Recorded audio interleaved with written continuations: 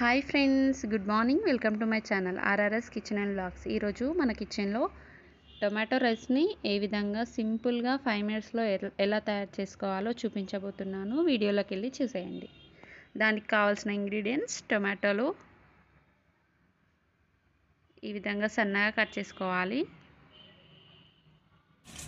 పచ్చిమిర్చి ఈ విధంగా 3 తీసుకొని సన్నగా కట్ చేసుకొని పక్కన పెట్టుకోవాలి. కరివేపాకు 2 రెమ్మల వరకు తీసుకోవాలి.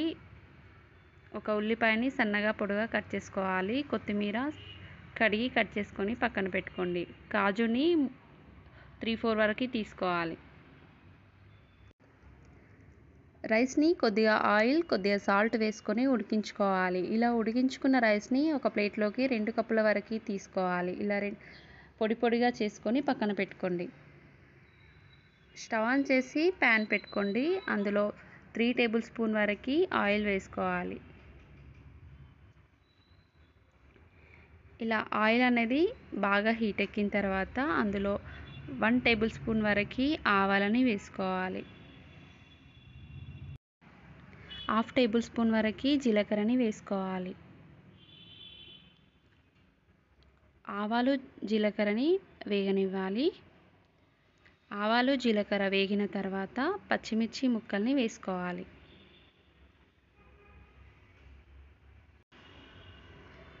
పచ్చిమిర్చి ముక్కలు వేగిన తర్వాత కాజుల్ని వేసుకోవాలి. కాజు ముక్కలు కొంచెం కలర్ చేంజ్ అయ్యేంత వరకు ఆయిల్లో ఫ్రై చేసుకోవాలి. ఇలా కొంచెం కలర్ చేంజ్ అయిన తర్వాత ముందుగా కట్ చేసి పెట్టుకున్న ఉల్లిపాయ ముక్కల్ని వేసుకోవాలి.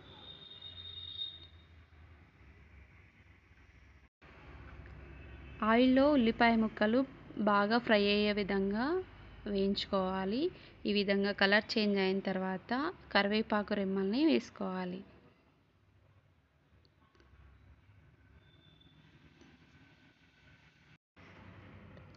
అలాగే ఇందులోనే 1/2 టేబుల్ స్పూన్ వరకు పసుపుని వేసుకోవాలి. ఇదంతా కలిసే విధంగా ఒకసారి కలుపుకోవాలి. ఇందులోనే ముందుగా కట్ చేసి పెట్టుకున్న టొమాటో ముక్కల్ని వేసుకోవాలి.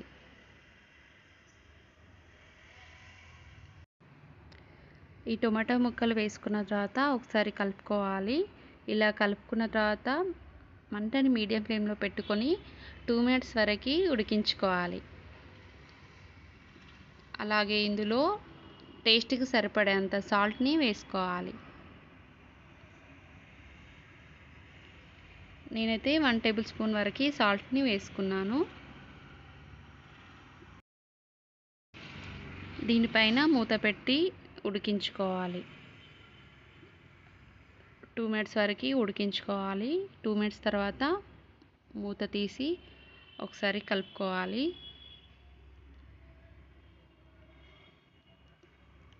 ఇందులోనే కారంని వేసుకోవాలి. 2.5 టేబుల్ స్పూన్ వరకు కారంని వేసుకోవాలి. కారం ఉప్పు పట్టే విధంగా కలుపుకున్న తర్వాత మూత పెట్టుకోవాలి. మూత పెట్టి మంటని మీడియం ఫ్లేమ్లో పెట్టుకొని మరొక 2 మినిట్స్ వరకు ఉడికించుకోవాలి. టమాటో ముక్కలు అనేటివి ఈ విధంగా సాఫ్ట్ అయ్యే విధంగా ఉడికించుకోవాలి. చూసారు కదండి, ఈ విధంగా టమాటో ముక్కలు అనేటివి మగ్గిపోయాయి. ఇందులో సన్నగా కట్ చేసి పెట్టుకున్న కొత్తిమీరని వేసుకోవాలి. ఉడికించి పెట్టుకున్న రైస్ని వేసేసుకోవాలి.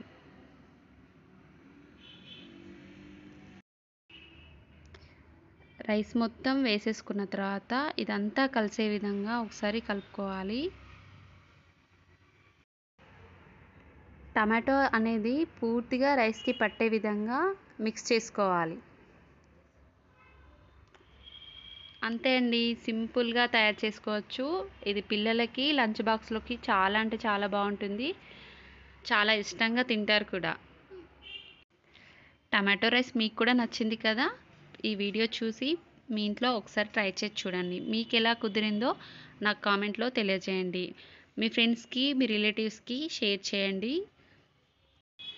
తప్పకుండా సబ్స్క్రైబ్ చేయడం మర్చిపోకండి. Thank you for watching. Bye friends.